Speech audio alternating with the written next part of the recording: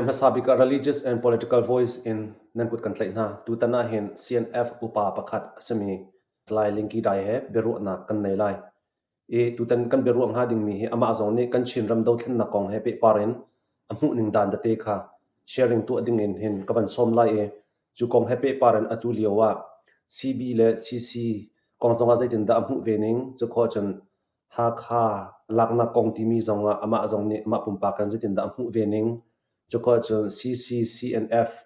andir hun he federal akhel liomi kan sitika top down system in akalmi asiti bantuk zongkha asitika zaitinda ama zong ni hi amu ning policy kong ti bantuk te kha tutana hen beru na kan ban nei lai se tu bantukin bailing ki dai beru na chan tha na ka pek cha kailom kan bi hanak chung lu lana nangma kongte toy ti in introduction bantuk ten bantu adinga kan ban som masatlai Ochonore tuche timbale di religious and political voice matasin chono chito chimji dumya jati ong sakapyo khon yale to chong thu kungjupi wemyo kwale chono namya ro chinamnyo da tat uma pa hokomati wonta upchite saleng thangling chi phi pale dine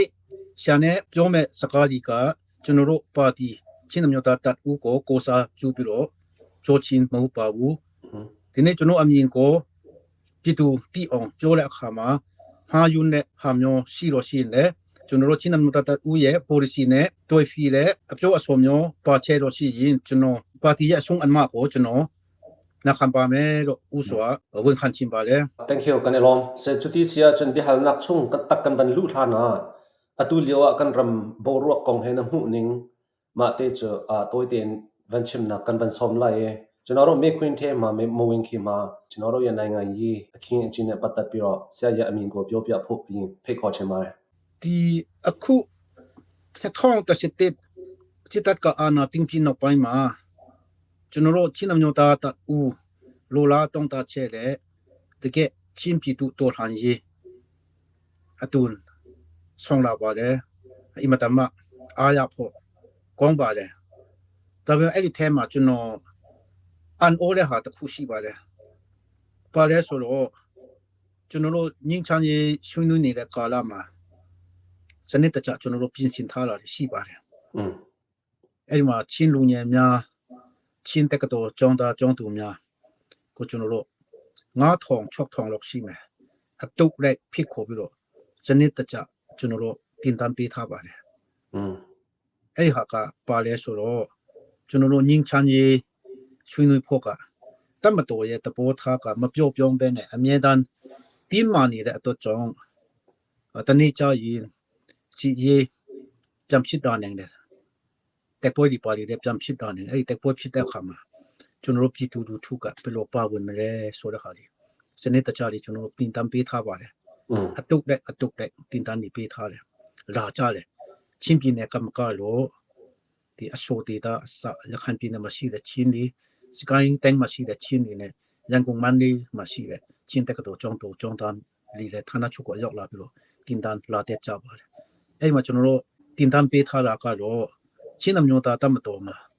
chono ro to in ala phi ba la won pa so bi lo si yung le ta ke ro bun na ro si yin tin tan si tin tan wa pi wa te ya me wen pi so yin chono ro chin nam nyo ta tam to pya than tha le u pli ko te tu mi ting lek na ya me sa ta phi tu ro ko pyo pya le ta ke ro ai ma won na ro si yin uniform wa ya me si si kan lek na ya me so bi lo chane ta cha training pe tha ba le ta ke ro ma won chin ro si yin civil ani ne ni ro ya ba le ta bi me ta khu sip sip la yin ta u ma ta lin ro yi kha ro se ba ro yo lan jong sa ta phi ro ha myo li ma chono ro chin nam yo ta tam to ko pam po ku ni cha ba so bi ro chane ta cha tin tam pe tha le ta bi me thong ta sit tin ma ana ting la le kha cha ro chono ro ro tin tam pe le atem mo ro be ne chono ro lu ri ya myo ne li ma CTF li maဥဆောင်တဲ့လူတွေလည်းရှိလာတယ်တိတလက်နဲ့ကန်ပြီးတော့ရတိလာကြတာဖြစ်တယ်ဘာပဲဖြစ်ဖြစ်ညောနဲ့တိုင်းမှာဒေတာတိုင်းဒီမှာဒေတာကကိုရေးတတ်ပြီးပေါ်လာပြီးတော့ယနေ့ထိဆိုရင်စွန်တမန်အဲ့အချစ်အာနာစင်ကိုတက်ခိုက်ပြီးတော့အွန်ပွိုင်းများစွာရနေတာကိုကျွန်တော်တို့တွေ့ရတယ် ဥပမာမြို့တင်းတက်ပွဲဒီပြူခါဒီတာရင်းဒီ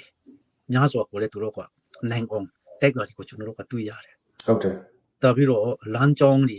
မှာချီတက်တာလေတမတော်စစ်ကြောများကိုလည်းကြားဖြတ်ပြီးတော့နလမထူနိုင်အောင်သူတို့ပါလာလေထိုင်နေပါညီခံပြီးတော့ပျက်စီးအောင်သူတို့ကဖျက်ဆီးနိုင်ချဲတယ်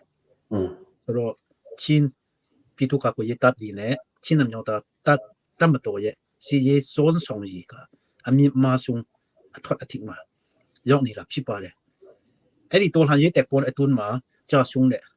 ရဲပေါ်များပေါ်တဲ့ကျွန်တော်ဒီမှာလေးစားဂုဏ်ပြုတဲ့အကြောင်းပြောကြားချင်ပါတယ်အဲ့ဒီကြာဆုံးရဲပေါ်များရဲ့မိသားစုနဲ့ထပ်တူဝန်းနေတဲ့အကြောင်းကိုလည်းကျွန်တော်ဖော်ပြလိုပါတယ်အဲ့ဒီမှာကအခုကျန်တာလို့ချင်းပြည်နယ်မြို့နယ်မြို့နယ်မှာပဲတည်တင်နေဟာခါမှာပဲဒီစစ်သားကြီးကျန်ပါတော့လေချင်းပြည်နယ်တစ်ခုလုံးတစ်ပြည်နယ်လုံးစစ်တပ်ချင်းစင်ရေးအတော်ဆုံးကျွန်တော်ကဆက်လက်ပြီးတော့တက်ပွဲဝင်ဖို့ရှိပါသေးတယ်အဲ့ဒီတက်ပွဲဝင်ဖို့မှာဆိုရင်ကျွန်တော်ကဆက်လက်ပြီးတော့ညီညွတ်ဖို့လိုအပ်ပါတယ်တကယ်တော့ကျွန်တော်ကညီညွတ်မှု in စီလုံးညီညွတ်မှုကိုမရရှိနိုင်ဘူးဆိုရင်တယောက်တစ်ပေါက်ဒီတက်ပြီးတော့တက်ပွဲ on point နေပဲဆက်ပြီးတော့ကုံယူနေကြမယ်ဆိုရင်တကယ်အဆုံးတိုင်စစ်ပွဲဒီ on ဖို့ကတော့ကျွန်တော်ဝေဘာနေဦးမှာဖြစ်ပါတယ်အတိကညီညွတ်ဖို့ကိုလည်းစဉ်းစားကြပါ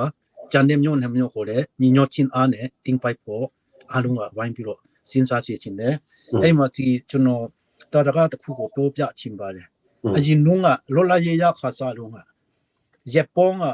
90လောက်ပဲရှိသေးတယ်အဲ့ဒီမှာတခါလေပြုံးကနေကွန်မြူနတီရောအလမ်ဖြူအလန်နီရဲပိုဖြူရဲပိုဝါစသဖြင့်တဘလို့အဲ့ဒီတာရင်းအင်္ဂလိပ်ဒီဖွပေးချဲတဲ့တာရင်းလက်တော့ခေါ်တော့လာရှိပြီးတော့သူတို့ရဲ့တော်လှန်ရေးကလည်းအခုခက်တော့မှပို့ပြီးတော့ပြင်းထန်ချဲတယ်မန်ဒီမျိုးလည်းတင်းတယ်ရန်ကုန်မှာလည်းရန်ကုန်ဝက်ချန်တို့ပြီးတော့ချန်တဲ့အင်းစင်တို့အနီးနားလီကညောနေဒီကိုလည်းအခုလုံးတင်းပိုက်ပြီးတော့အင်းအားကသူတို့လည်းကြီးထွားချဲကြတယ်အဲ့ဒီအပြင်ဒီဝန်ထမ်းများကလည်း CTM လုတော့တယ်ဘာလို့လဲဆိုတော့ဦးနုကအဲ့ဒီပနာရေးကြတဲ့လာတော့ဝန်ထမ်းလာစား1500ခိုင်နှုန်းဖြတ်မယ်ဆိုတော့အကုန်လုံး CTM ဝင်သွားတယ်ဝန်ကြီးများလာစားက3500ခိုင်နှုန်းဖြတ်မယ်ဆိုတော့ဝန်ကြီးတွေလည်း CTM လုတော့တယ်တချို့အဲ့လိုရှိနေတော့ရန်ကုန်ညို့အစိုးရရုံးဆက်ရဝက်ချန်တော့တက်နေတဲ့ဟာလုံးမှာဦးနုအစိုးရကထင်းနိုင်တယ်အန်အိုစီယာပဲဘာလို့လဲဆိုတော့ရောစုံတပုံလို့ကျွန်တော်ခုထင်းနာမယ်သူတို့မညီညွတ်ဘူးလေအဲ့မညီညွတ်တဲ့ခါကျတော့အုံမြင်ပြီးသားတော့မပြန်ပြီးတော့ဆုံနိုင်တယ်အဲ့ဒါကြောင့်ကျွန်တော်တို့ချင်းနှမျိုးသားလီစီလုံးညီညွတ်ချင်းနဲ့ဆက်လက်ပြီးတော့တက်ပွဲဝင်ပြီးတော့အုံပွဲများရှင်းနိုင်ကြပါစေလို့ကျွန်တော်ပမာဏအဲ့တော့ပဲပြောချင်ပါတယ် thank you ကန်လောse atutana hen tong pain le kan u kan pa le he kati lai cho ma he khan abero nak kavan nei te khan kalom khune tong pain le kong he pi paren hen cdf min dat kong he nangmani navan thei deu lai da tia ro chan nak nei chu ronga chan cdf min dat avan tho na cna cnf he pe te na an ban tu ning le cna cnf he imu thiam lo na ti ban tok te kha nangmani namu mi o msia chun chute chu hika hen ban sharing ban to ding khan ma cha pakhat na ka question ban to pen ban som kan ban du mi se pathama uso cdf min that na cna cnf acha ma the point at the point angi apwa phita myo era myo le chawm be phit phit beloni na sa khe dale sore ha myo bo no sia ya amin ko ne le cdf min that achaw pyo pya pho dia ne phai kho chen ma le အဲ့ဒီဆရာမေးတဲ့အခါတော့ဒီအာနာတင်းပြင်းတော့ပိုင်းမှာပဲမဟုတ်ပဲနဲ့အဲ့ဒီမင်းတပ်ဖက်ကကံပလက်ဖက်က CNA CNF ကိုအမြင်မကြည့်တယ်အကြောင်းရင်းကိုဆရာမေးတော့ကျွန်တော်ဒါပြောပြပါမယ်ကိုကြောင့်လည်းပါလေအရင်တော့ခက်ခေါခုနဲ့မှာ second chin seminar မှာဒီမှာကျွန်တော်တို့ချိုး youth association ရဲ့တပေါ်ထားကိုကျွန်တော်တို့ကတင်သွင်းချဲတယ်အဲ့ဒီချင်းလုံးကကျွန်တော်တို့ကဇုံမီလာမီချိုခုမီနဲ့ပဲချင်းပြင်းနဲ့ကိုတိဆောက်တင်တယ်ပေါ့အခြေခံတင်တယ်အဲ့ဒီဂျိုလာချိုခုမီကို autonomy အတီးတီးပေးပြီးတော့အဲ့ဒီ autonomy လေးခုနဲ့ချင်းပြကိုတိဆောက်တင်တယ်အဲ့ဒီချင်းပြရဲ့အပြင်ပါမှာဆိုတော့ဥပမာလူရှိမယ်ကုကီထားတော့လည်းရှိမယ်ဆိုရှိမယ်အဲ့လိုပြောလာတဲ့ခါကျတော့အဲ့ဒီချင်း student union ရှိတယ် Chin Women League စီလေဆရာလေဒီမှာစီဖူးလေဆိုတော့ Mm. အတင်းတင်းမှာအဲ့လိုဟာမျိုးဒီမှာအဲ့ဒီချင်းကျွတ်ဒီလေရှိလေတွားပြီးတော့ကျွန်တော်တို့က advocate group တဲ့ပေါ်တီလို look team ပါလေဆိုတော့တယောက်ကမှမထောက်ခံဘူးဘယ်သူမှမထောက်ခံဘူးအဲ့ဒီအစားမှာအမျိုးအနွေစုံပြီးတော့တော်လှန်ရေးလုပ်မယ်ဆိုတော့ရုပ်ဖျက်တဲ့ထောက်ခံတယ်ဟာဆရာကောင်းတယ်ဆရာရဲ့တပေါ်တာစာတန်းတင်သွင်းတာကောင်းတယ်ရုပ်ကျုံပါပွဲလေလာပြီးတော့နှုတ်ဆက်တယ်အဲ့ဒီရုပ်တွန်းကြမျိုးနဲ့ကဟောက်ဆုံးမျိုးနဲ့လာနှုတ်ဆက်တယ်ဖလာမျိုးနဲ့ကဆရာထနေရွယ်လေလာနှုတ်ဆက်တယ်သမင်းကြီးကျွေးကြတယ်ဒါမဲ့တကယ်ပြောတဲ့ခါကျတော့ကျွန်တော်တို့ကလေးခုပဲရုပ်လာချုပ်ခုမီအဲ့ဒါနဲ့ပဲကျွန်တော်တို့ကလုတ်မယ်အခြေခံကြအဲ့ဒီ live ဆိုတော့ရုပ်တုံကမင်းတို့ရာပဲရုပ်ဖေးတဲ့ live ပဲမင်းတို့မှာပေါင်းဆိုတော့ကျွန်တော်ရံဖြစ်ပါလေရောတော့ကြောင့်မျိုးနဲ့ကအဲ့ဒီအခုကနတာမရှိတဲ့ဆရာဟောက်ဆွန်မုံကလည်းမင်းရုပ်တိတမလို့နဲ့ခဏလို့ရုံမီအဆူမှာအဲ့ဒီမှာ autonomy မှာအဲ့မှာနေကကျွန်တော်တို့ဆရာကြီးအခါနဲ့ပြောတော့အဲ့ဒီလူဒီနဲ့လည်းကျွန်တော်တို့ကရံဖြစ်ပါလေရောဒါပေမဲ့နောက်ဆုံးမှကျတော့ချင်းတမျိုးတတ်ဦးကကျွန်တော်တို့နဲ့ပေါင်းလို့ရအောင်ချင်းတမျိုးတတ်ဦးမှာအဲ့ဒီ policy တော်တူရအောင်ပေါ့ကောင်းပြီဆိုတော့အဲ့မှာကဲခင်ဗျားတို့ professor လုပ်ပါရေးပါပေါ့ကျွန်တော် finance စာပေးမယ်ငွေဘဏ္ဍာစာပေးမယ် CNF ကတာဝန်ယူမယ်ဆိုတော့အဲ့ဒီဟိုprofessor ရေးကြတယ်တာဝန်ခံပြီးတော့လက်မှတ်ထိုးလာကလို့ဖူမီကိုစာဆလန်ဇာတဲ့လာမီကိုစာမပူဖုန်ကုန်းနဲ့ဆရာကြီးဦးထဂျူကလက်မှတ်ထိုးတယ်ကျွန်တော်မင်းတပ်ကိုစာကလို့ဆလန်ကြီးလဲအောင်ဂျုံမီမှာကြတော့ဆရာတော်ထန်ခန့်တုံ Reverend ထန်ခန့်တုံကလည်းမထိုးပြီးတော့ CNF ကိုအပ်တယ်သူတို့ကစာပေးတယ်ဆိုတော့အဲ့ဒီကျွန်တော်တို့ညီလာခံမကျင်းပချင်းမှာလောအပ်တဲ့ငွေဒီကိုတဲ့ CNF ပတ်စံကျွန်တော်တို့လူပြီးငွေတုံးလေးတောင်းထုတ်ပြီးတော့တုံးလုံးနေပြီအဲ့လိုအထီးဖြစ်ပြီးတော့ဒီ NRP National Reconciliation Program လာ Europa မှာ consider အဲ့လို Europa မှာ consider အဲ့ဒီ OCA NRP ပါတဲ့အဲ့ဒီဟိုရှိတယ်အဲ့ဒီမှာ proposal သူတို့တင်တော့ American dollar တောင်းငါထောင်လာတောင်းလာမသိဘူးအဲ့လိုသူတို့ချပေးတယ်အဲ့ဒါနဲ့ကျွန်တော်တို့လူခါနီဆဲမှာဘာဖြစ်တယ်မသိဘူးကျွန်တော်တို့ကိုတအားစူးစမ်းတယ်ချိုးယူ association စာတန်းနဲ့တင်သွင်းပြီးတော့စူးစမ်းလာတဲ့ချင်းအမျိုးသားသူစီညီညွတ်ရေးကိုတိဆောက်ခြင်းနဲ့ကျွန်တော်တို့ကိုကလို့ပြောမလဲနည်းနည်းရန်ကုန်ပြောမယ်ဆိုတော့မြောင်းထဲမှာကန်ချပြီးတော့ဟို ZRE ဒီနဲ့သူတို့ပြန်ပေါင်းပြီးတော့ဒီလောက်ခံကျင်းပါတယ်ဆိုအဲ့ဘာနည်းနည်းထူးခြားတယ်ပေါ့အဲ့ဒီချိန်မှာကျွန်တော်မျက်ရည်ကျတယ်အခုကနတာမှာရှိတဲ့ဆရာအောင်ကျင်ထန်းပေါ့အခု GNA မှာညော့ပိုင်းတန်းဟူပေါ်ဒါနဲ့သူနဲ့ပါတော့တဲ့ဟိုတုံးဦးအခု ZRE လို့ပေါ်တော့သူတို့အချင်းချင်းဟိုပရိပက္ခတွေဖြစ်ပြီးတော့အဲ့ဒီတုံးဦးကိုသူတို့ကကွန်မြက်ပရက်တယ်လေအဲ့ဒီจิกซ่าကိုချင်းညှိနိုင်လို့ရတယ်မညှိနိုင်ပဲနဲ့အဲ့ဒီအလောင်းတုံးလုံးကိုကြိုပြီးတော့ချင်းမျိုးသားသူစီညီညွတ်တိဆော့ဖို့ဆိုပြီးတော့ ZRA ရဲ့အဲ့ဒီ Monks နိုင်မှာ2005လား2006လားမသိဘူးညီလာခံကျင်းပကြတယ်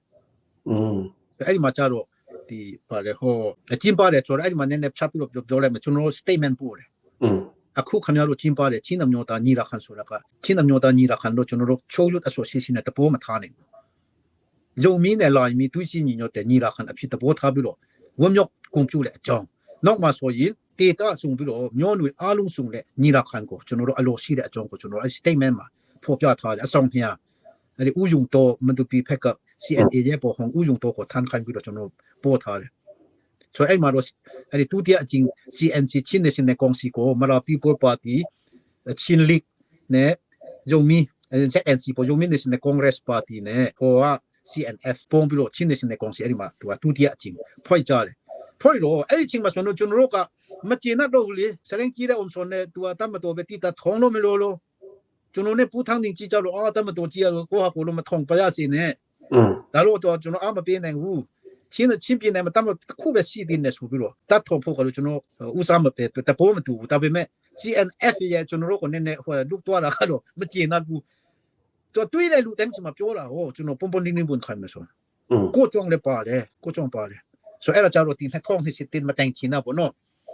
အဲ့ဒီနှစ်ခေါင်းစစ်တင်မှာအာနာစစ်တပ်ကအာနာထပ်တင်းတော့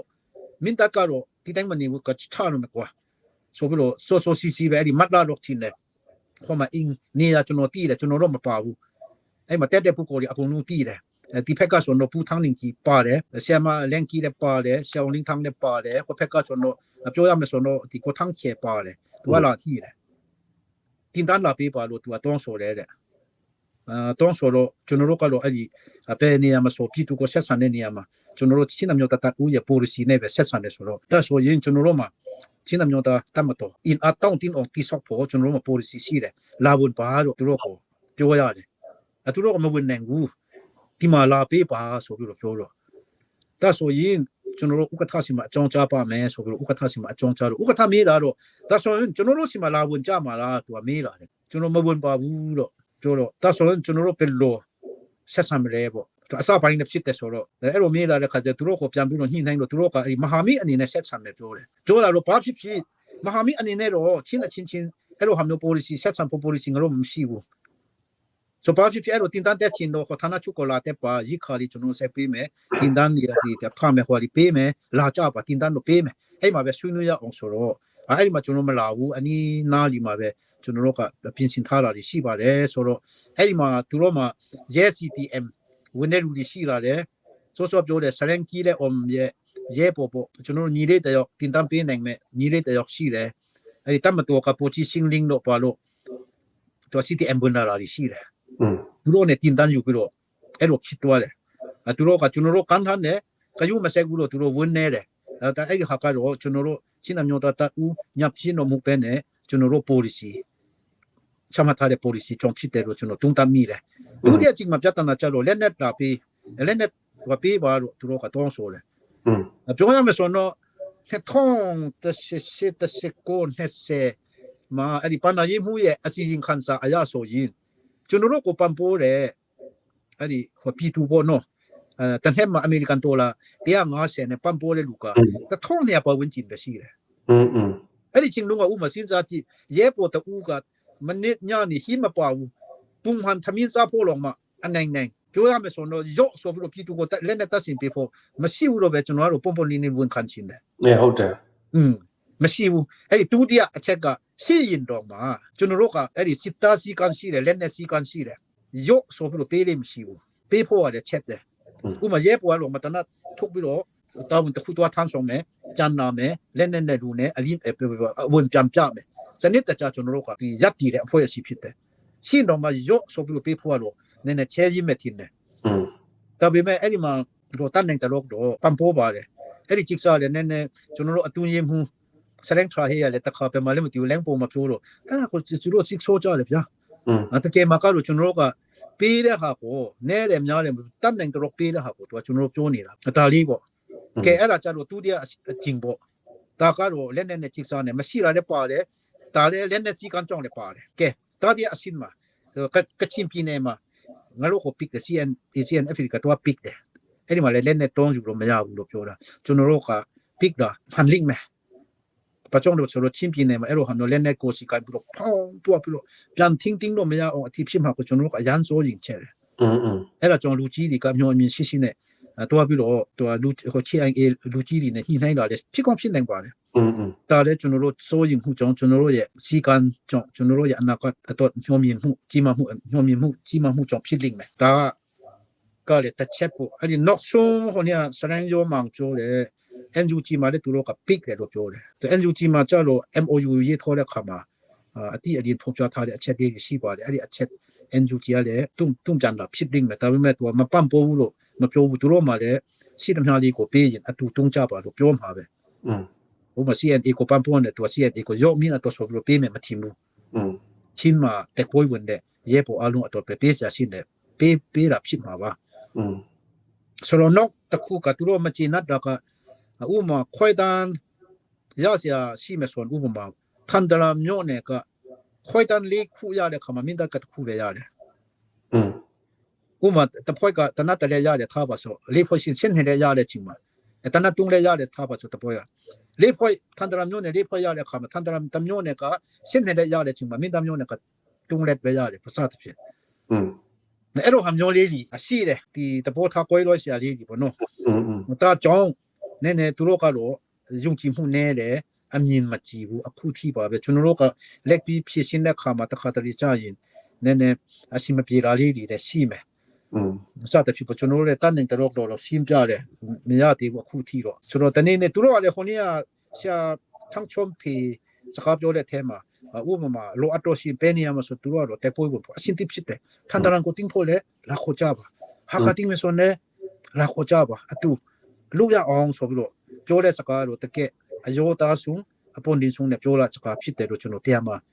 တရားတူရဲ့စကားကိုလည်းကျွန်တော်ယုံကြည်ပါတယ်အဲ့လိုပါပဲဒီအနာဂတ်မှာများစွာရှိသေးတယ်ဆိုတော့ကျွန်တော်တို့အနာဂတ်နေ့ရက်များမှာသူရှိညီညွတ်ဖို့ကတော့ဖြစ်မဖြစ်မနေကျွန်တော်တို့လုဆောင်ရမယ်လို့ပဲပြောချင်ပါတယ်ကျေးဇူးတင်တယ်တနေ့ရှိတော့ပြီတင်တယ်ဟုတ်တယ်ကျေးဇူးတင်တယ် CDF minute back story အကြောင်းကိုပုံပွင့်လင်းလင်းပြောပြရတဲ့အတွက်ကြောင့်ကျေးဇူးတင်ပါတယ်လို့ပြောချင်ပါတယ်ဒါဆိုတော့နောက်မေးခွန်းမေးချင်တာ2024ဒီလမှာပဲပေါ့မေလ30ထင်တယ်အဲ့ဒီနေ့တုန်းက slicing twin ကိုကျွန်တော်မေးခွန်းတစ်ခုမေးခဲ့ဖူးတယ်အဲ့ဒီမေးခွန်းမှာ slicing twin ကပြောတာကကျွန်တော်တို့ကြည့်မယ်ဆိုရင်တော့ CB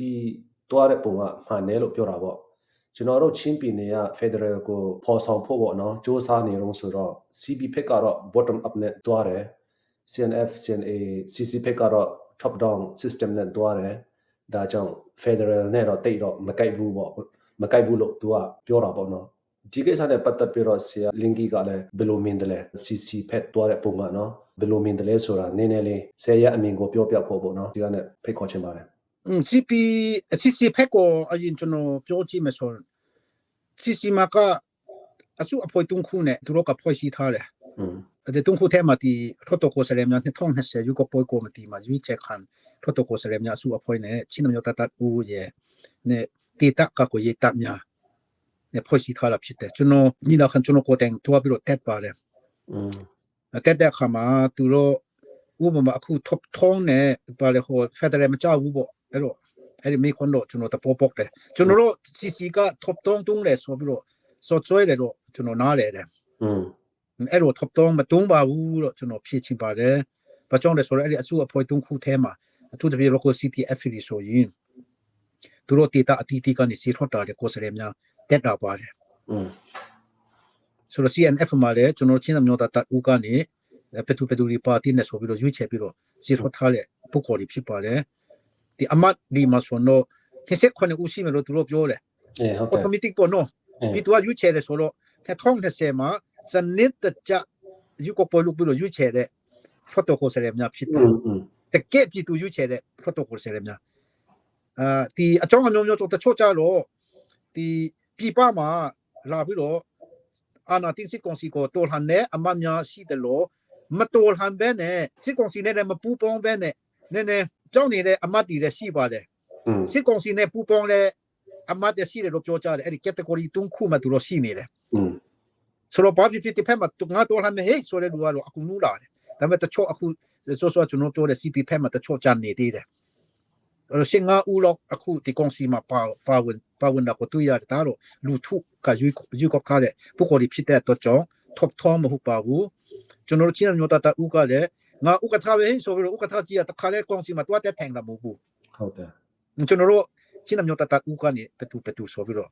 ကျွန်တော်တို့ကစီဖတ်ထားတဲ့ပုဂ္ဂိုလ်ဖြစ်ပါတယ် local CTF ထော်ရီနာကောင်ပဲသူတို့ဆိုပိုလုံးစနစ်ကြတယ်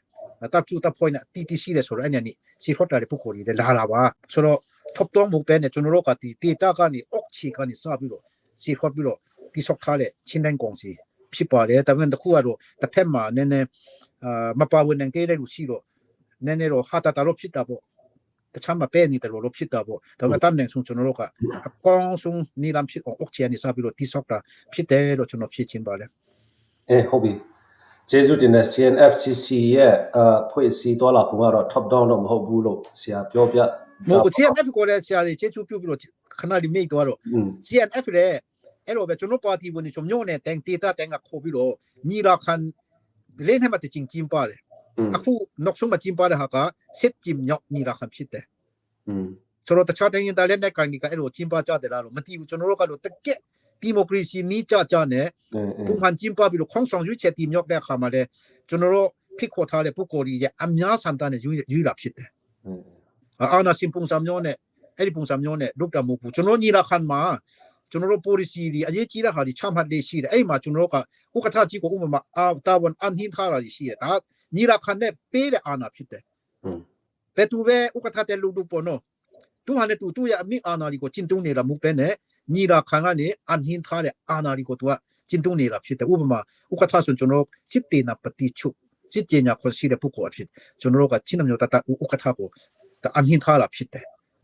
ဒါပဲချင်းတုံးမှာဒါပဲသူဟာနေသူကျွန်တော်တပေါ်ငါဥက္ကဋ္ဌပဲဆိုပြီးလုမှာမဟုတ်ဘူးလုလေလုထားတယ်မရှိဘူးဆိုတော့အဲ့ဒါကြောင့်ဥမာထောက်ထုံလုံးဝမဟုတ်ပါဘူးလို့တခုကတော့ဆရာမေးတယ်ဆရာရှင်းထုံးကလည်းကျွန်တော်တို့ရဲ့တွင်းရေးကိုလည်းမတိတော့အဲ့လိုသူကပြောတာနည်းနည်းအဝေးကနေနည်းနည်းအထင်မြင်မှုတွေလွန်မှားတယ်လို့ပဲကျွန်တော်ယူဆပါတယ်နောက်မှာဆိုရင်ကျွန်တော်တို့ရဲ့ညီလာခံကိုလည်းသူကလာပြီးတော့လေ့လာနေပါလေဘာဝင်နေပါလေလို့ကျွန်တော်ဖိခေါ်ချင်ပါလေသူကိုလည်းကျေးဇူးတင်တယ်ဆရာဟုတ်တယ် sliding twin ကလည်း former CNLD secretary ပေါ့နော်သူကလည်းလူကြီးတယောက်ဖြစ်တယ်သူကလည်းအဲ့လိုပြောတယ်ဆိုတော့နော်ဒါကြောင့်ဒီမိခွင်းကိုမေးရချင်းဖြစ်တာပေါ့နော်ဒါဆိုရင်နောက်မိခွင်းတစ်ခုမေးချင်တာအခုတလောကျွန်တော်တို့သိတဲ့အတိုင်းပေါ့ CB နဲ့ CC ကပေါင်းစပ်ဖို့သူတို့ process လုပ်နေတော့ဆိုတော့ဆရာအမင်းနဲ့အဲ့ဒါဘယ်လိုမြင်တယ်လဲပေါ့နော်ပြီးတော့အခု process ကဘယ်အထိရောက်ပြီလဲဆိုတာဆရာရဲ့အမြင်ကိုဒီနေရာလေးမှာပြောပြဖို့ဖိတ်ခေါ်ချင်ပါတယ်သူတို့အချင်းချင်းနဲ့ CP တော့အခုထိရှိနေတဲ့အတွက်ကြောင့်ပြည်သူလူထုလည်းဝေဝါးနေတယ်အဲ့ဒီ link ပေါ်လို့ပါလို့နေရှင်ကျွန်တော်တို့ကတွေ့ရတယ်တဲ့ဆိုသူတို့လူထုကဝေဝါးနေတယ်ဘာဖြစ်ဖြစ်အဲ့ဒီခေါင်းဆောင်လေး CP ဖက်နဲ့ CC ကခေါင်းဆောင်ကြီးတွေရတယ်ဒီလိုကျွန်တော်တို့ကိုပြင်းနေလို့မဖြစ်ဘူးလူထုကိုဝေဝါးခိုင်းလို့မဖြစ်ဘူးဆိုတော့သူတို့ကနားလေတဲ့အတွက်ကြောင့်အမြဲတမ်းတွေ့ဆုံကြတယ်ကျွန်တော်တို့အဲ့ဒီနှစ်ဖွဲ့ကမကဘဲနဲ့မီဇိုရမ်အစိုးရကိုတင်ကြတယ်အဲ့လိုဟာမျိုးအဖွဲ့နှစ်ဖွဲ့ပုံစံမျိုးတော့ကိုပြနေတာကိုသူတို့လည်းအားမပေးဘူးသူတို့စ조사ပြီးတော့ညှိနှိုင်းပေးတယ်သူတို့ရဲ့ညှိနှိုင်းပေးမှုအရာချင်းနေချင်းနဲ့ကောင်စီဖွဲ့ပြီးတော့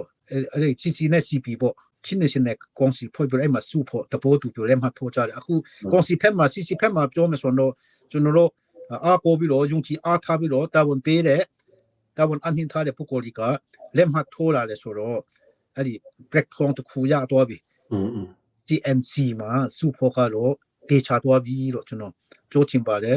ဒုတိယအစီအမံကြတော့ဟိုနေ့ကအဲ့ဒီချင်းတန်ကောင်စီတူကထာဆရာဘွိုင်ကွန်းကအဲ့ဒီချင်းလန်ကောင်စီဖွဲ့စည်းပုံဥပဒေကိုပြင်ဆင်ဖို့ကျွန်တော်တို့ကအခု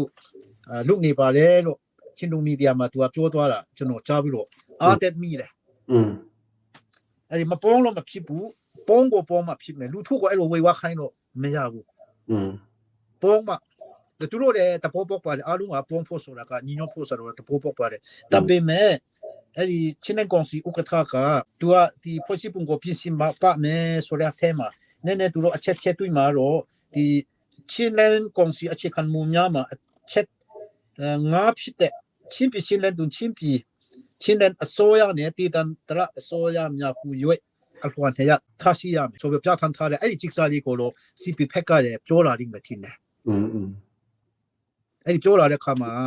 ဥပမာဖလမ်ညိုနဲ့ဆိုရင်တော့ CTTC လုံးကလည်းခွန်ငို CTF ပို့ကိုသူတို့ကကန်ကိုပီလိုထုလောထုထတ်ဖူးတယ်ဆိုတော့အခုလေဖလမ်ညိုနဲ့အတူမှာအဲ့လိုဟာမျိုးဇာတိဖို့ဆိုတဲ့ဟာကိုသူတို့ကမကြိုက်ဘူးဆိုတော့မင်းသားမျိုးနဲ့ဆိုနေသူမျိုးနဲ့မင်းသား CTF ထင်းချုပ်တဲ့ data အတူမှာပဲလက်နဲ့ကင်ပဲဥချုပ်ရေးမှာတိချမလုပ်ရဘူးဆိုတဲ့တပုံမျိုးသူတို့မှာတင်းကျပ်တဲ့ဒီတပေါ်ထားမျိုးတွေရှိတယ်လို့ကျွန်တော်တုံ့တက်မိတယ်ဆိုတော့အဲ့ဒီမှာဥမာမျိုးနဲ့ကိုပဲနကိုပုံဟန်တဲ့အခြေခံမလားမျိုးနွေကိုပဲအခြေခံမလားဆိုတဲ့ဟာကိုတော့သူတို့ညှိနှိုင်းဖို့ဖြစ်ပြီးမှအရန်ကိုချက်နိုင်တယ်ဘာကြောင့်လဲဆိုတော့ဒီတန်တရာကကိုရတတ်ဒီကကျွန်တော်တို့ခိုင်းလို့ပေါ်လာတယ်မဟုတ်အခုကကျွန်တော် CNF ကဖြားယုံတွေးဆောင်ပြီးတော့လုခိုင်းတယ်လို့တချို့ကဆိုကြတယ်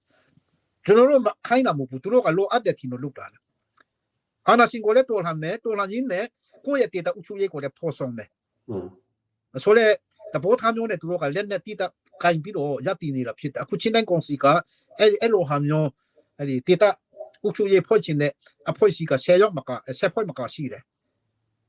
CP ကမျိုးနဲ့ပဲအခြေခံမယ်ဆိုတာချက်တော့အဲ့ဒီအဖွဲ့လီကလိုနဲ့ကန်ကွတ်မတင်တယ်တကောကြိုတင်ပြီးတော့လူကြီးတွေကစဉ်းစားဖတ်ဖို့အဲ့ဒီနေရာလေးမှာဆရာသဘောထားရောနည်းနည်းလေးဖော်ပြလို့ရမလားပြောပြလို့ရမလားလောဆယ်မှာတော့ဘာဖြစ်ဖြစ်ရပ်တည်နေတဲ့တေတန်တရာအဖွဲလီကိုခဏမလုံးနဲ့တွားလို့တော့မရလို့ဘူးထင်တယ်လက်နဲ့တက်ကန်ခါလေနော်ကျွန်တော်ပုံရတူကိုလည်းအတူခဏတော့နဲ့တူတိုက်ပွားမယ်လို့ပြောတယ်သူကတော့ simple လေးပဲသူ့ရဲ့ဒေတာမှာဥချူရေးလေးပါလိဖွဲ့ချင်တယ်ပေါ့အခုမှမဟုတ်ဘဲနဲ့တော်လှန်ရေးကာလအတူမဟုတ်ဘဲနဲ့ ตูกูจงเลกาเดียกราแมนองมาชิมปีอโซยาออกมาอุชุเยยันเดียเลปัดเดอคามาเดชิมปีอโซยาเยทอกแกงตะพูอันนี้นังโลกะที่ตันตระอโซยาดิพ่อยบิโรเนชินเดโซเลตะโบทาซีเดย้อนอุชุกะซีเดแต่เมื่อชินเนงกองซีกะจะทำเป็นละกะไอ้ดิย้อนอุชุโซเลหะก็ส่งซาบิโรที่ตันตระโลโคเลโลจโนตะโปปอกเดสโลอูมาโยเพโซเนโยเพย้อนอุชุมุเป็นเนโยเพเตตากองซีအဲ့လိုပုံစံအခုကရုပ်ဖေးဆရာကိုပြန်မေးမယ်ရုပ်ဖေးကဘယ်လိုနာမည်ပေးထားတယ်မသိဘူး zo pay council အတိအကျမဖတ်မိတော့ zo pay ဟုတ်ပြီဒါဆိုအဲ့ဒီကြာဟာကြတော့ကျွန်တော်ကနည်းနည်းအဆင်ပြေအောင်ပြန်ညှိနှိုင်းလို့ဒီမှာကြတော့မျိုးနူစုပုံစံမျိုးမပေါ်အောင်တေတန်တရာလို့သူတို့ကဖော်ပြထားတယ်အခန်းစင်းမှာလည်းတစ်ခါပြန်ပါလာတယ်နည်းနည်းကျွန်တော်ကိုတိုင်တဲ့မရှင်းတဲ့ဟာရှိတယ်我说的是不大理的个咯，新毕业安那个个阿龙啊，新沙对可比咯，卢基明呀，陆上坡批把咩，啊新毕那广东个有些大家把是不，我们嘛个都还那都一地钱比咯，咱那个比咯，个个也打地波波啦咧下个咯，看那北马滩，看那没有乌地咯，哎，碰上nhau咯，陆坡嘛定不咯，就喏，有大大里边哎咯，就喏面个标不也是，我们啥白弄啊，这阿拉也咧。အခုတဖြစ်တင်တွန်းစံဒီမှာလည်းနဲ့တခြားတဲ့နဲ့ကင်မပေါ်ရဘူးပေါ့အခုဒီဂျိုလန်လို့ PTA လို့စတင်ပြီးတော့ဖုတ်စားတဲ့အခါမှာသူတို့ရခါမီဆိုဖြစ်တယ်လူဒီကိုဖမ်းပြီးတော့ရိုက်တယ်တနတ်တဲ့လူပေးတဲ့ခါကျတော့အခုကစက်အရီအတော့တဲ့နဲ့အချက်ဖြစ်သွားတယ်လေစတဲ့ဖြစ်ပေါ်အဲ့လိုကင်လည်းနဲ့ကင်ပြီးတော့ပုံစံသူကိုတက်ချင်တဲ့အဖွဲကတော့ကျွန်တော်တို့ကစက်အရီလုတ်တယ်လို့လည်းမလုတ်တိဘူးအဲ့လိုပဲတပိုးထားကိုရိုးလေးပြုတ်ပြရစီချစ်စုတင်တယ် နောက်မေခွန်းတခုမေးချင်တာဗာလဲဆိုရင်တော့ဟာခအကြောင်းနည်းမေးချင်တာပေါ့နော်ဒီကနည်း hot issue တော့ဖြစ်တယ်ဒါပေမဲ့ဆရာ CNF လူကြီးတယောက်အနေနဲ့ဆရာကလည်းဘယ်လိုအမြင်ရှိတယ်လဲဆိုတာကိုဒီကနဲ့မေးချင်တာပေါ့နော်ဆရာသိတဲ့အတိုင်းပဲအခုချိန်မှာအမြင်ကနှစ်ခုခွဲခြားတာပေါ့နော်ဒါကြောင့်ဆရာကလည်းအမြင်ကိုပွင့်ပွင့်လင်းလင်းပြောပြဖို့ဒီကနေ့ဖိတ်ခေါ်ချင်တာဗာလဲဆိုရင်တော့အခအခုချိန်မှာ2025မှာပဲဖြစ်ပေါ့နော်တက်ရင်ကောင်းမလားမတက်ရင်ကောင်းမလားဆရာအမြင်လေးကိုဒီနေရာမှာနည်းနည်းလေးပြောဖို့ကောင်းတယ်ဆိုတော့ပြောပြဖို့ပေါ့နော်ဟုတ်ပါပြီဟာခါချစ်စပ်ကတော့ဆိုကျွန်တော်ကနဥပြောတဲ့စကားထဲမှာလည်းဟမျိုးပဲကြံတယ်ထန်တရန်ကိုလို့မတော်တော့ဘူးပေါ့တင်းပြီးသားလို့ပဲတပေါ်ထားတယ်တိတိမနဲ့ဟာခါပဲကြံတယ်ဆိုတော့အဲ့ဒါပါဆက်ပြီးတော့အဲ့ဒီဘယ်လိုပြောမလဲဒီကျွန်တော်တို့စီလုံးမှု in အားနဲ့အောင်ဖို့ဆိုပြီးတော့ကျွန်တော်တက်တွန်းထားတာရှိတယ်ဆိုတော့တင်းဖို့တော့ကျွန်တော်ပြောချဲတယ်ဆိုတော့အရင်ဦးဆုံးကတော့ကျွန်တော်တပေါ်ထားမှာတော့ဘာဖြစ်ဖြစ် CP နဲ့ CC ကောင်စီညီညွတ်အောင်ဒီထောင်ဟိစင်ကအတူမှာအဲ့ဒီချင်းနေစင်တဲ့ကောင်စီကိုလည်းသူတို့ဒီဆောင်နေအောင်စ조사ကြပါစေဒါပြီးတော့အဲ့ဒီမှာဟိုဖြစ်ဖြစ်ဆိုရင်ချင်းနေစင်တဲ့ကောင်စီအောက်မှာကျွန်တော်တို့တပ်တီအားလုံးကိုထားလို့ရပြီအဲ့ဒီညီညွတ်မှုအားနဲ့ပဲအဲ့ဒီမှာစီရေးရာကော်မတီတာဝန်အစီအစဉ်ပုဂ္ဂိုလ်တွေကတက်တင်မတက်တင်ကိုလည်းစဉ်းစားကြပါစေပေါ့အဲ့ဒီမှာစဉ်းစားတဲ့အခါမှာကျွန်တော်ရဲ့ပုဂ္ဂိုလ်ရဲ့အမြင်ပေါ်တာလို့ကျွန်တော် CNF ဒီပခုကော်မတီဝန်တူအနေနဲ့မှုပဲနဲ့ကျွန်တော်ပြည်သူလူထုအနေနဲ့ပြောမယ်ဆိုရင်အခုပမာ MNF တော်ဟန်ရေးလုံးကလည်းစချင်းအယောမျိုးကိုတင်းတာပဲမျိုးတော့ဒါပေမဲ့အဲ့ဒီချင်းတော့မီဇိုရမ်ပြည်နယ်မှုပဲနဲ့လူရှိခရန်အရှင်းပေါ့အဲ့ဒီမျိုးတော့ပေါ့အဲ့ဒီမှာတင်းပြီးတော့သူတို့ကဖုတ်စားချဲကြတယ်အဲ့လိုတင်းတဲ့ခါကျမှဖဖက်ကရန်သူကပဲလို့တုံ့ပြန်တယ်ဆိုတဲ့ဟာကတော့အားလုံးလူကြီးမင်းတို့အတိဖြစ်တယ်ဆိုတော့အဲ့ဒီမျိုးတော့တင်းတဲ့အားလုံးတစ်ခါလည်းနဲ့10.9တော့လာမဟုတ်ဘူးဆိုတာတော့ဒါရခကျွန်တော်တို့ညီအကိုမီဇိုရီ MNF ကကျွန်တော်တို့ရှိမှပြတော့ချက်ပြီးဆိုတာကိုတတိချတော့နောက်တူဒီအချက်ကပမာပြည်မှာဥမာ AK ကလည်းအဲ့လိုစီရေးမှာဇွန်ဆောင်ကြီးအဲ့လိုမြင့်မားတဲ့ area တဲ့စစ်တူကိုမတက်သေးဘူးဆိုတော့ကဂျင်ဒီကဖာအန်ကိုမတက်သေးဘူးအဲ့ဒီကဂျင်နီရောကယာရောပြောမှာပေါ့နော်အဲ့မှာလွိုကိုလည်းအဲ့လိုတမတော်လက်ထဲမှာပဲရှိတယ်ဆိုတော့ဥပမာမြစ်ကြီးနာသူစီရေးအရာမချင်းချော့သေးဘူးအဲ့ဒီဥပမာစမ်းပြည်နယ်မှာအဲ့လိုအဲ့ဒီတမတော်ကြီးရှိတဲ့ဟာစမ်းပြည်တမတော်ကြီးရှိနေတဲ့နေရာမှာတုံကြီးကိုလည်းမထီဘူးဆိုတော့သူပါကြောင်းလဲဆိုတော့ကျွန်တော်မပြောနိုင်ဘူးဒါပေမဲ့ဒီ ညောတော့ကိုတင်းတဲ့နေရာမှာစဉ်းစားဖို့ပေါ်လို့နော်ဒါဒီထဲတွန်းစဉ်းစားဖို့ကိုကျွန်တော်အကြံပြုချင်ပါလေနောက်တစ်ခုကထန်တလာမှာအဲ့လိုဒီညော်ဒီကပြတ်တဲ့အထိညော်တင်းတဲ့ပွဲဒီရှင်ထွေးကြတယ်အဲ့မှာမိဘပြည်သူတွေကဟာခါမှာတောင်းကနန်းတော့ရှိမလားမသိဘူးဟာခါမှာတော့ပြီးတော့ခေါ်ထုံကြတယ်ဖလန်းကနေလည်းဖလန်းမိဘပြည်သူတွေကလည်းဟာခါမှာစီပြေဆောင်ပြီးတော့ခေါ်ထုံကြတာကိုတွေ့ရတယ်အဲ့ဒီမှာဟာခါကိုတခါလေကျွန်တော်တို့ကဒီတိုင်းပဲတခြားမျိုးတွေချတယ်လို့ချမယ်ဆိုရင်တက်တယ်လို့တက်မယ်ဆိုရင်ပြည်သူတွေကကျွန်တော်မိဘတွေကဘယ်ကိုဆက်ပြေးရမလဲတာပါထဲပြီးတော့လူကြီးမင်းတွေကစဉ်းစားပေးဖို့ကျွန်တော်အကြံပြုချင်ပါတယ်ဟုတ်တယ်ဆရာပြောတဲ့အချိန်မှာပေါ့နော် point out တစ်ခုလေးလောက်ချင်တာရှိတယ်ခုနဆရာပြောသွားတဲ့ point မှာကျွန်တော်တို့မြန်မာပြည်အခြေအနေကိုကြည့်မယ်ဆိုရင်တော့ပြည်နယ်တိုင်းမှာအမြို့ကြီးတွေကတော့အသိမ့်ပိုက်သေးဘူးဒါနဲ့တစ်ခုဆရာ point out လောက်ထားတာက CC နဲ့ CB ပေါင်းဆက်ပြီးတော့ပြီးတဲ့နောက်ပိုင်းမှာပဲတက်ရင်ပိုကောင်းမယ်ဆိုတဲ့အ point လေးပြောတာကျွန်တော်ကြားမိတယ်ဆိုတော့ပြန်ပြီးတော့ထပ်မင်းချင်တာကကျွန်တော်တို့ CC နဲ့ CB မပေါင်းခင်မှာတော့ဟာခါတော့မတိုက်သေးရင်ပိုကောင်းမယ်ဆိုတာကိုဆရာ highlight ပြီးတော့ပြောချင်တာလားအဲ့ဒါလေးကိုနည်းနည်းထပ်ပြီးတော့မင်းချင်တယ်ဟုတ်ပါပြီကျေးဇူးပါဆရာပို့ပြီးတော့ရှင်းအောင်ဆိုရင်မပေါင်းစည်းချင်မှာ CC အနေနဲ့လည်းဟာခါမျိုးတင်တဲ့ပွဲမဖော်ဆောင်တင်ဘူး CP အနေနဲ့လည်းမဖော်ဆောင်တင်ဘူးသူတို့ချမှတ်ထားတဲ့တပေါ်တူချဲတဲ့ရှင်းနေစနေကောင်စီဖွဲ့ပြီးတော့အဲ့ဒီကောင်စီအောက်မှာစစ်သားတွေကိုစုဆောင်ပြီးတော့စနစ်တကျလေးနဲ့ချင်းအမျိုးသားတစ်ခုလုံးရဲ့ပြည်သူအောင်ပွဲကိုခံစီချင်းတယ်အဲ့မှာပေါ်စီဖို့ရန်ကတော့ကျွန်တော်ဆိုနည်းနည်းလေးပြောမှာမလို့ရှိတဲ့ဟာဟိုကြံချဲတဲ့ဟာတစ်ခုရှိတယ်လက်မတော်ထိုးလေဆိုတော့ကျွန်တော်တို့အားကိုးတဲ့ကောင်စီချင်းတဲ့ကောင်စီဖက်ကနေယုံကြည်အားကိုးပြီးတော့အန်ဟန်ထားတဲ့ပုဂ္ဂိုလ်တွေကပူဇော်မာနဲ့ပူထန်းနင်းကြီးနဲ့ဆရာစရန်မင်းညိုသူတို့ကလည်းမထိုးလာလေဆိုတော့ CNC ဖွဲ့ပါမယ်အဲ့မှာစုပါမယ်ဆိုတော့ကောင်စီကိုဖြတ်စင်းဖို့ဖြတ်တင်းဖို့ဆိုတဲ့ပုံမျိုးတဲ့ရောက်တယ်ဟုတ်တယ်အဲ့ဒီမှာကောင်စီကညီလာခံနဲ့ဒီချင်းတဲ့ဖွဲ့စည်းပုံဥပဒေနဲ့အညီဖွဲ့တဲ့ကောင်စီကုန်တိခါနဲ့အပြစ်ရှိတဲ့ကောင်စီဖြစ်တဲ့အတွက်ကြောင့်ဒီတန်းကိုပြစ်မထားဘဲနဲ့ကုန်တိခါရှိကောင်စီကိုတိစော့ပြန်လုပ်တဲ့နီးကတော့ချင်းတဲ့ကောင်စီဖွဲ့စည်းပုံဥပဒေအခန်းတုံးအဲ့ဒီချင်းတဲ့ကောင်စီဆိုရဲအောက်မှာပုတ်မှာတုံးစတဲ့ချီတယ်အဲ့ဒီမှာချင်းတဲ့ကောင်စီညီလာခံကိုနဲ့တချင်းခေါ်ယူကျင်းပရမယ်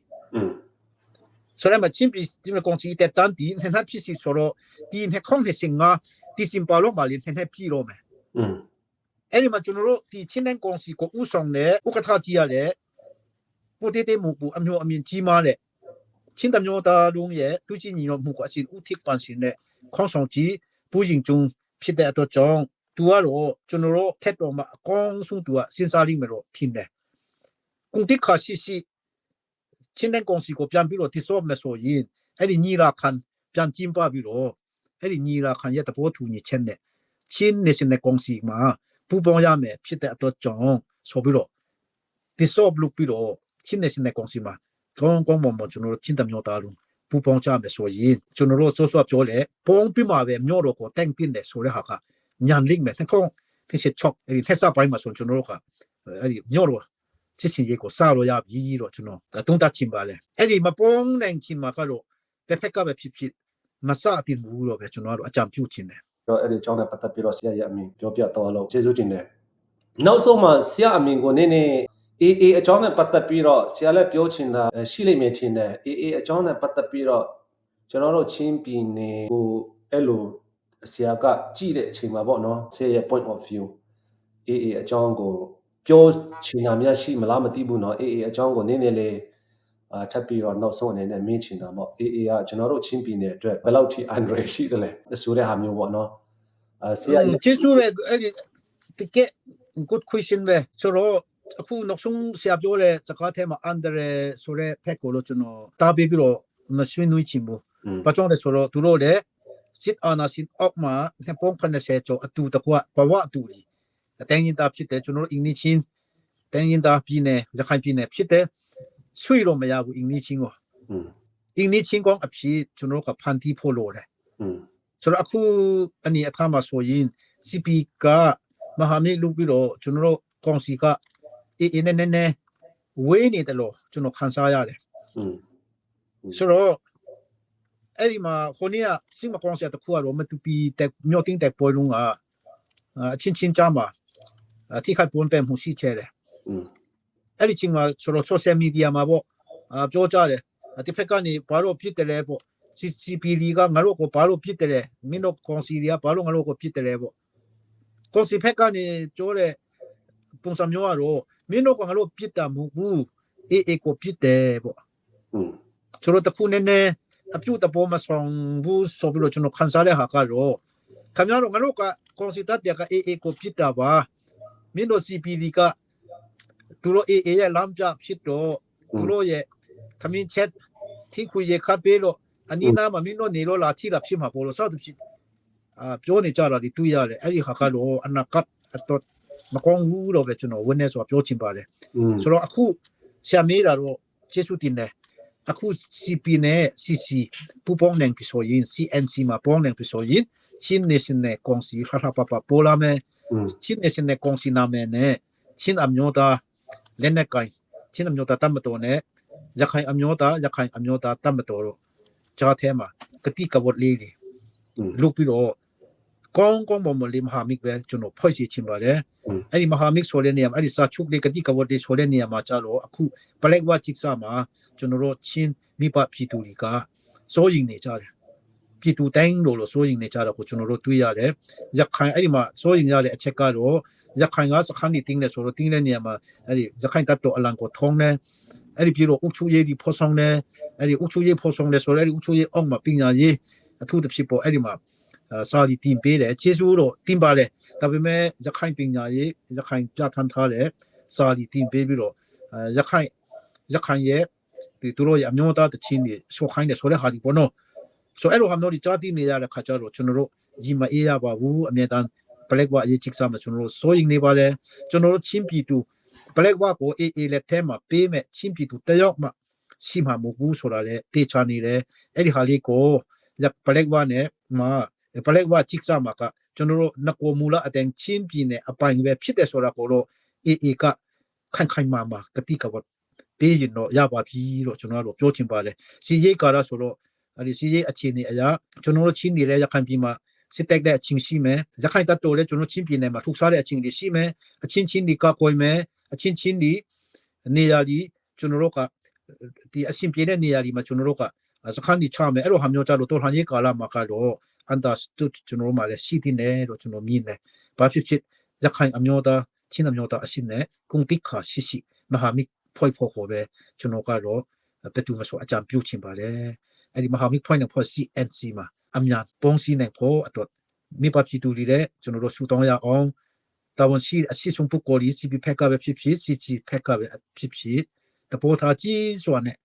ပုံစံနဲ့ဖို့စ조사ကြပါစေလို့ပဲကျွန်တော်တောင်းပြောချင်ပါတယ်ဟုတ်တယ်အဲ့ဒီနေရာလေးမှာပေါ့နော်ဆရာဟိုတခါတော့ကချင်းလုံးမီဒီယာမှာမတူပီဖက်ကခေါင်းဆောင်ပေါ့နော်တယောက်နာမည်တော့မမှတ်မိတော့ဘူးအဲ့ဒါကိုမင်းခွေမေးတော့က तू ပြောတော့တာတမျိုးကြတာလားတော့မသိဘူး तू ပြောတဲ့ပုံစံကဆရာလည်းအဲ့ तू ပြောတာကိုနားထောင်မလားမသိ तू ပြောတာကဘယ်လိုလဲဆိုရင်တော့အခု CB နဲ့ AA အကြမှာဘယ်လိုဖြစ်တယ်လဲဆိုရင်တော့ကျွန်တော်တို့ထင်တာကတော့ AA ကပဲ CB ကိုထိန်းချုပ်တယ်လို့ထင်တာဒါပေမဲ့ तू ပြောတော့တဲ့ပုံစံကဒီ CB ကပဲ AA ကိုထိန်းချုပ်တဲ့ပုံစံမျိုးပေါ့နော်သူတို့ CB ကတွားကြတော့လို့ပြောတယ်ဆိုရင်တော့သူတို့တွားမှာပဲအဲ့လိုဟာမျိုးပုံစံနဲ့သူပြောသွားတာလေဆိုတော့ဆရာကိုမေးချင်တာက CNC ကိုကောင်းကောင်းလေးဖော်ထုတ်နိုင်မယ်ဆိုရင်တော့ဒါလေးနဲ့ပေါ့နော်CB နဲ့ CC ကိုပေါင်းဆက်ပြီးတော့ AA မပါဘဲနဲ့เนาะအဲ့လိုပုံစံနဲ့တွားနိုင်မလားလို့တွားနိုင်မလားအဲ့ဒါဆရာအမြင်ဘယ်လိုလဲဆိုတာလေးကိုမေးချင်ပါတယ်နောက်ဆုံးအနေနဲ့အဲ့လိုကတော့ဒီသူတို့မလို့အတော့တဲ့အချိန်မှာဆိုတော့တွားလို့ရပါပြီဆိုတဲ့အချိန်မှာအဲ့လိုဟာမျိုးတွေတွားကြတယ်ဆိုတော့ကောင်းတာပေါ့နော်ကျွန်တော်ဝန်တာရမှာပါဒီရခိုင်တပ်တော်တွေကလည်းလို့အတော့ချင်းပြင်းနေမှာစီရေးလာပြီးတော့ဖော်ဆောင်လာထုတ်စားလာပြီးလည်းဖြင်းမှာပေါ့အတိုင်းမတိကျွန်တော်တို့ကဝန်တာရမှာပါအဲ့လိုဟာမျိုးဆိုရင်ဟုတ်တယ်အခုလည်းတကယ်မှာက CP နဲ့ CC ပူပေါင်းပြီးတော့AA ကိုအဲ့လိုပြန်ပါတော့ခိုင်းရင်လည်းကောင်းလာပေါ့ကျွန်တော်တို့ကချင်းပြင်းနေကိုထိန်းချုပ်နိုင်မဲ့ in aliရှိမယ်အဲ့ဒီခါနဲ့တိတင်ကိုလည်းအဲ့လိုဟာမျိုးကျွန်တော်တို့လက်ထဲမှာထားနိုင်မယ်ဆိုရင်မလို့အတော့ပါဘူး我们ပြန်နိုင်ပြီးတော့ပြောလို့ရတဲ့အချိန်ရှိကောင်းရှိနေဒါပေမဲ့ဒီတော်လှန်ရေးမပြီးဆုံးချင်းကာလမှာတော့ဥပမာ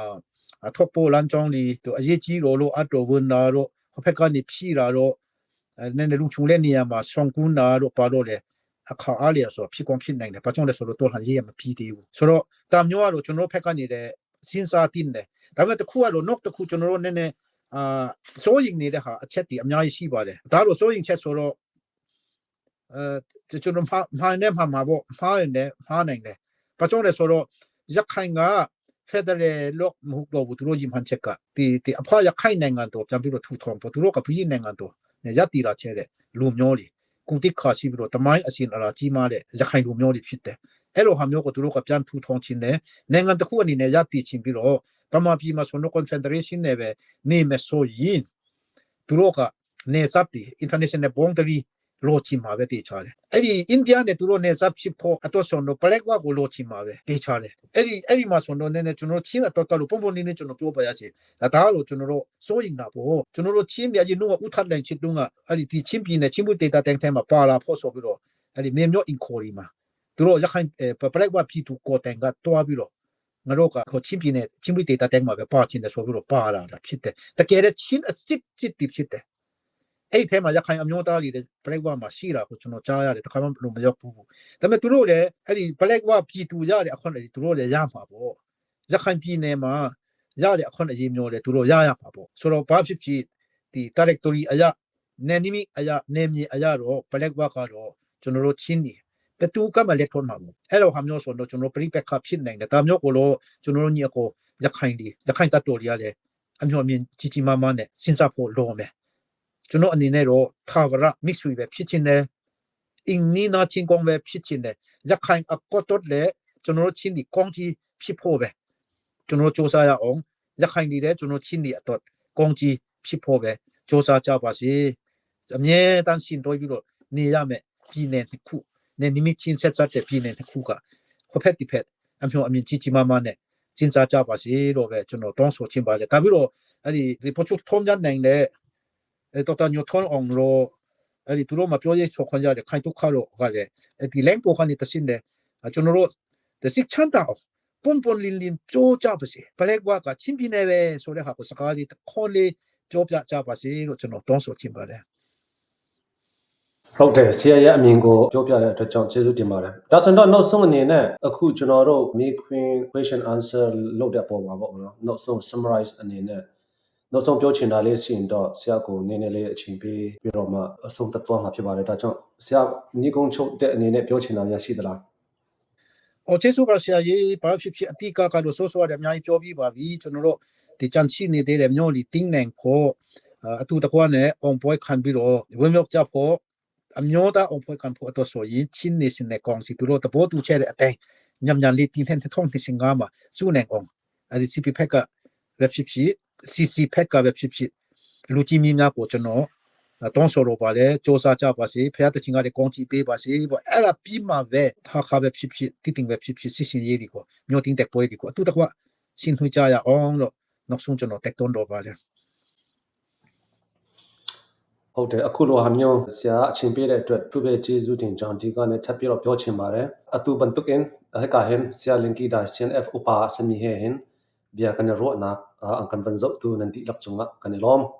If you can be run can bandong tari lai. Thank you, Sia. Bye bye. Thank you. Bye bye. Thank you.